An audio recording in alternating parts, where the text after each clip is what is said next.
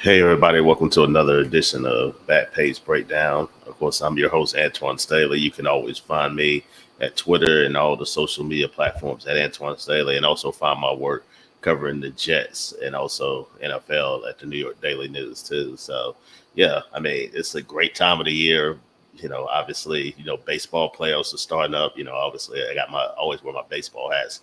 Got the Marlins hat on today. They're playing the Phillies in the playoffs, so that's going to be a lot of fun too.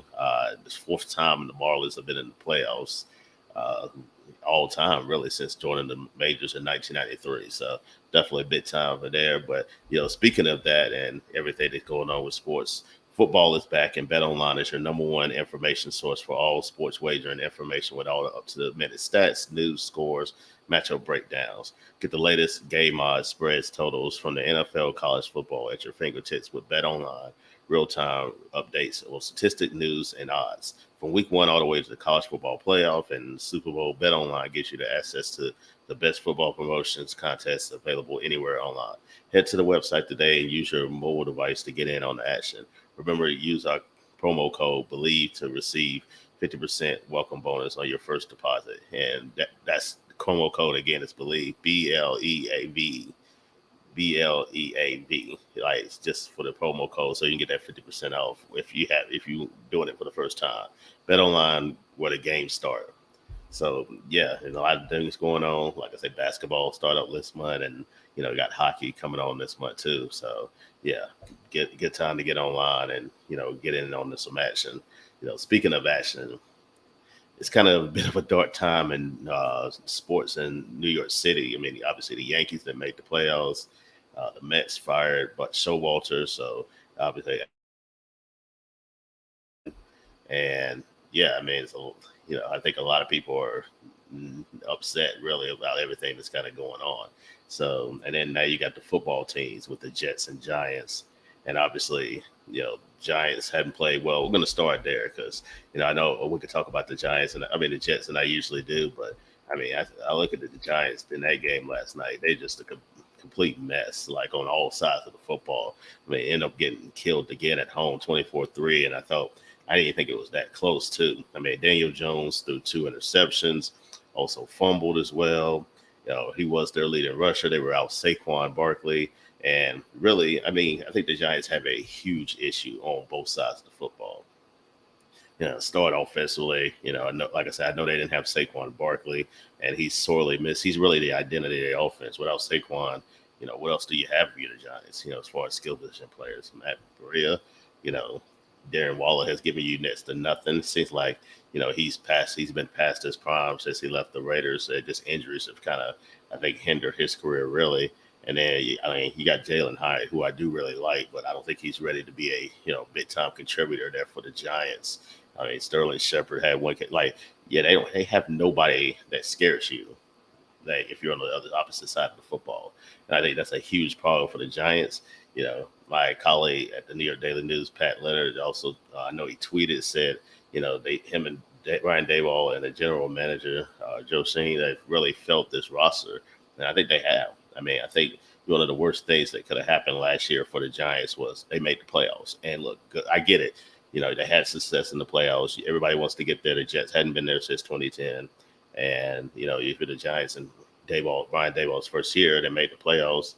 Everything was, looking good. Ended up beating the Vikings in the first round. Probably got the best matchup that anybody could have gotten, to be honest with you, in the first round. They ended up, going to Minneapolis and I guess you could call it an upset, but ended up beating, the Vikings too as well in the first round, the wild card round. Gets to the Eagles. I was there covering the game, helping out Pat, covering the Giants, and Eagles just pretty much blew the doors off of them. So yeah, I definitely think since that moment where they lost, big time in Philly, I just don't think this has been really the same team. And they've getting their doors blown off against the Cowboys to start out the year. Things have just kind of completely snowballed. They've had really one half. Well, I think they were really confident. You talk about that's the Cardinals and a lot of people thought the Cardinals would be the worst team in football, although they're not. It's because you got some other team. The Giants may be worse than they are, and then you also got the Chicago Bears who have been not great as well. But that's a whole other conversation. But yeah, I definitely think that the Giants have some big time issues. The offensive line. I know Andrew Thomas did not play last night against the Seahawks, but at the same time, yeah, they just it's just one of the worst lines I've seen in football. And then, not to mention, you got a guy like Daniel Jones that's not making. It doesn't seem like at least from the outside, is making the right read and protections there to be able to protect himself too. So it's just an all around abysmal show for the Giants really right now. And things don't get any easier because now you got to on the short week, you got to go to Miami to play a very angry Dolphins team, which I'm sure is going to be looking to get back on the right track and get their pass rush going against a really abysmal Giants offensive line. So yeah, the road doesn't get any easier after that either because you got to play the Buffalo Bills as well. So yeah, I mean we could be looking at really by the time the Giants and Jets play on October 27th, probably later on this month, we could be looking at it. Both teams having one loss. Now, I think the Jets are in a much better place, and I guess it's a good transition to kind of go into that. And for the Jets, I mean, I mean, you have to be very optimistic of kind of what you saw against the Chiefs, and close showing there, close loss against Kansas City, the world champions. I think Zach Wilson played as well as he could have, in that game. To be quite honest with you, the best I've seen. He had the highest quarterback rating, I believe, a little bit over 105.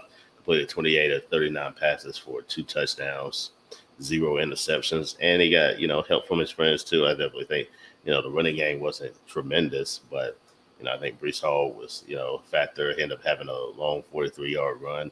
I'm sure the Jets. I think they should get him more carries. Although I know he's still on a pitch count, coming back from an ACL injury they suffered against Denver. Crazy enough, which is their opponent this upcoming week. So I'm sure we'll probably talk to Brees about that, returning back to the scene of the crime and, where he ended up suffering his season-ending injury. So, yeah, I definitely think, getting him more involved in the game and, also getting Michael Carter. He only had one carry, but Michael Carter had 9 yards. So I think getting those guys involved, I know a lot of people have had a lot of heat on Dalvin Cook, to be honest with you, but I think the fact of the matter is, he didn't have a training camp. He came in, he started practicing late on the season. Obviously, he had his child ended up going back to Florida once he signed on August 16th. And it's hard coming into a situation where you really didn't have a lot of practice time, but yet, especially as a veteran, you're expected to come in and contribute. You can make it a lot of money, but I don't think that's necessarily too fair to ask him to come in there and just start, performing like game busters there. But yeah, I'm sure he definitely needs to play better. I'm sure he knows that. I'm sure the team knows that. But I think in the meantime, I think what the Jets should do is be able to split out some carries. Also give Brees Ball carries. Also give Michael Carter, and if you want to bring up Izzy and Abanikanda from Pitt, who they drafted on the third day of the draft, get him some carries too, make him active as well. Anything that can help Zach, especially as you start facing teams like the Eagles later on this season, and other teams that have really really tremendous defenses. That'll take some pressure off of Zach. But I think for me, I was more impressed with Zach Wilson and what he did off the field than what he did on the field. Anything he did on the field on Sunday night, and I wrote that detailed in an article. You can go check out the Daily News, NewYorkDailyNews.com. You can go check that out. And basically, he had accountability, for his mistake later on in the game. If you remember correctly, it was like 7:30 left in the game in the fourth quarter. They was in the shotgun formation, and Zach ended up fumbling the ball and had a bit of a miscue. And then, from Connor McGovern. And then, of course, the Chiefs recovered, just never get the ball back again. I know it's some controversial calls, really both ways in that game. You can even look at the safety as being, I think, controversial as well, because I think at first Bryce Huff was, he had his face mask grabbed outside the end zone, and then they called it a safety. So, and that was the thing that really got the Jets rolling in that game against Kansas City. From that moment on, that was just a whole total momentum shift. And they got the offense really going and the Jets crowd going and everybody just engaged from that point on. But yeah, I think, a lot of people have talked about the sauce call and whether it's holding or not.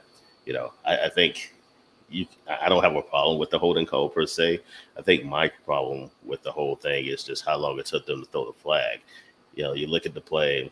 Michael Carter second intercepts the ball, and then all of a sudden, they throw the flag out, and I'm like, why did they wait so long to throw the flag? They obviously had they obviously saw the holding or legal contact, whatever you want to call it, early on before the interception that took place. But yeah, it seemed like they waited as soon as the interception happened to decide, you know what, we're just going to throw the flag now. That's what I think makes a lot of people angry, and deservedly so. And that's why, I mean, whenever you're the Chiefs and you have a quarterback like Patrick Mahomes, unfortunately, you're going to get those calls. That's just the fact of the matter. Uh, they get the benefit of the doubt. Mahomes didn't play well, but they still found a way to win, especially when you have a guy like Isaiah Pacheco who, well, was incredible, especially in that first half and his homecoming, coming back to New Jersey, played at Rutgers, was solid there. Chiefs ended up getting him in the seventh round, and now it's their starting running back. But I think the Jets defense did everything they could do, to be honest with you, especially after going down 17-0, when I think everybody thought this team was, you know, dead and dead in the water. Like I literally tweeted out after they went up 17-0. I was like, they're performing a masterclass right now. I mean, yeah, and people just thought it might, the Chiefs might end up scoring 40, 50 points on them. And I don't think anybody would have batted an eye, but just to show their resolve and, toughness, especially when you have, Aaron Rodgers in the building and ton of celebrities. So it's Taylor Swift and, all that crew, Ryan Reynolds, Hugh Jackman was there, um, whoever else, whatever. A lot of celebrities that were in attendance. But yeah, I definitely think they put on the show and, perform well. And, you definitely, like I say, again, you have to feel good about where you think what the Jets are currently right now. Not necessarily record wise 1-3, but, now they're playing a Denver Broncos team that's, got their first win against the Chicago Bears last week, who I think is the worst team in football. But yeah, it's a bit dogfight. I expect Broncos to play really well. Obviously, they're going to want to win for Sean Payton and keep that momentum going.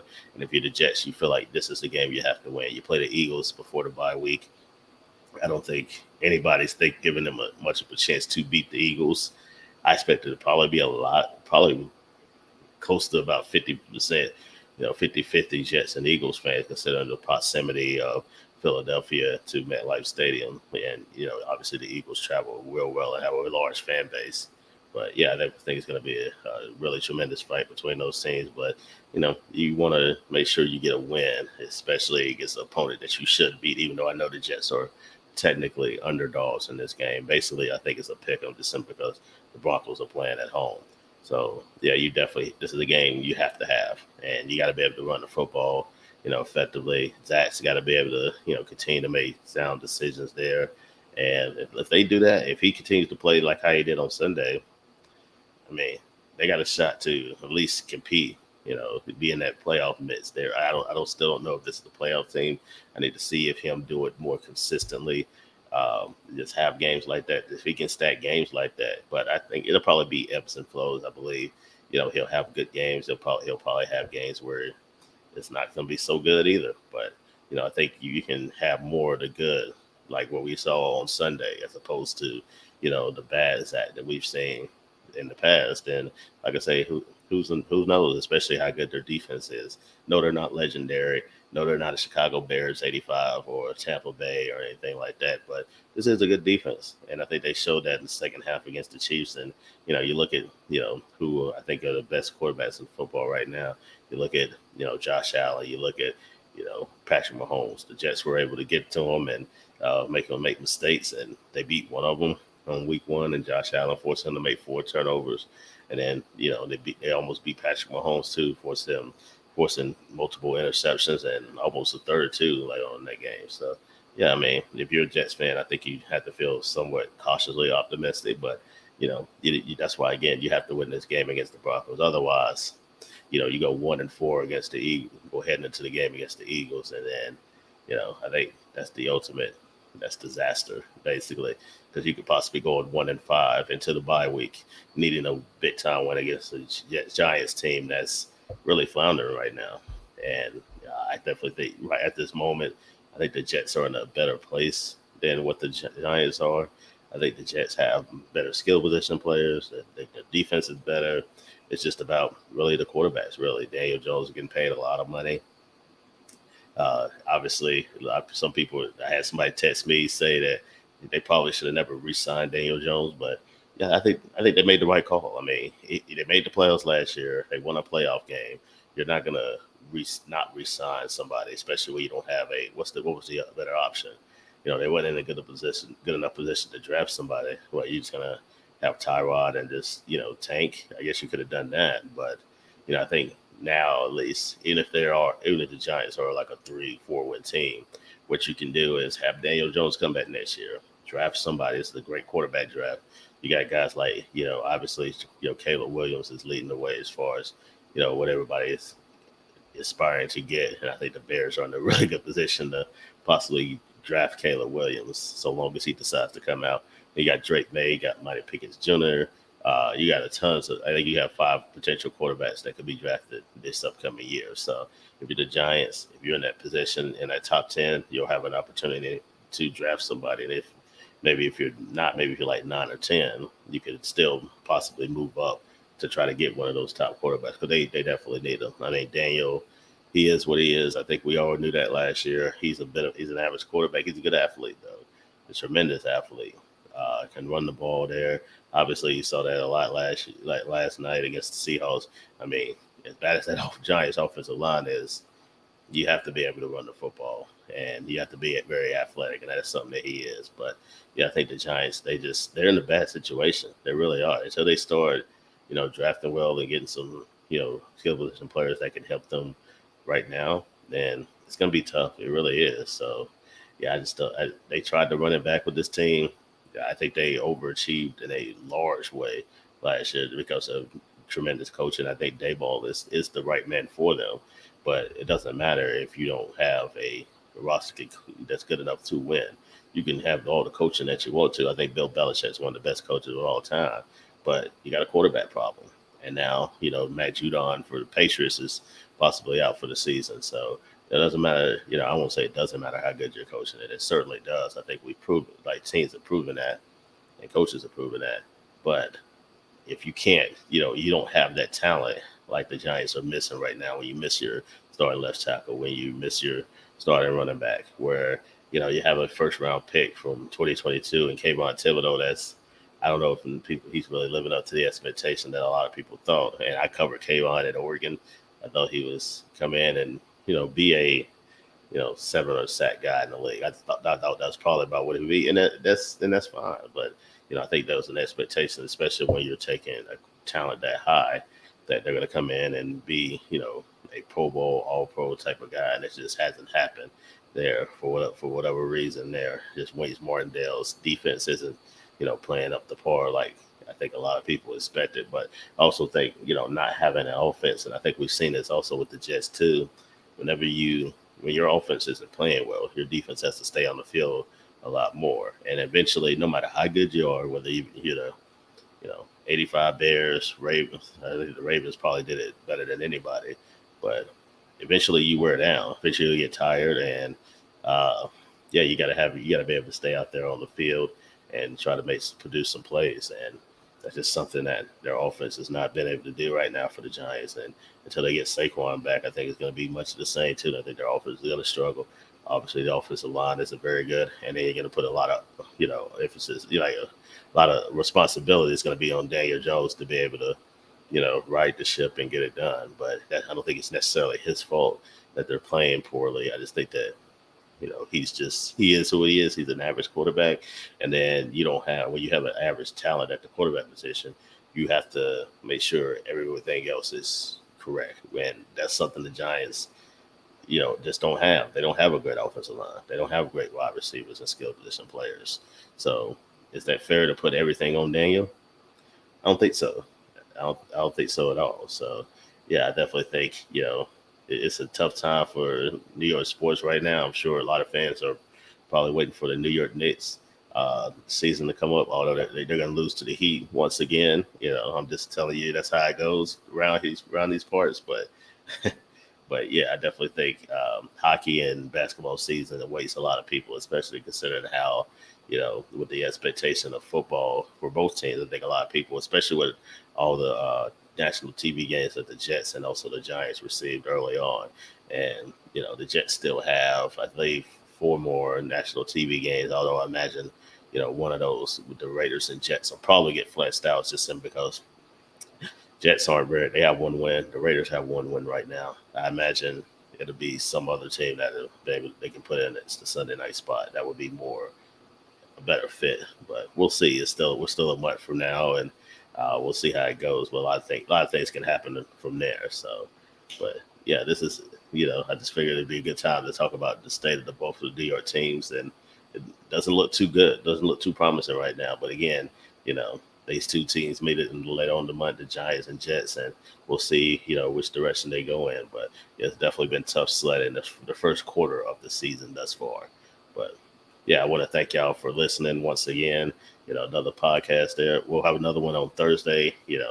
I'll have a guest, talking about previewing the Jets and Broncos from the Denver side too, as well. Kind of get their perspective on, Sean Payton and everything that's been going on there, and also we're working for them against the Bears on last Sunday. So, again, you can always find me at Antwan Staley on Twitter. Also find my work at the Daily News, cover the NFL and also Jets columnist as well. So, yeah, just that's like I said, that's always the best place to find me. But until next time, everybody take care.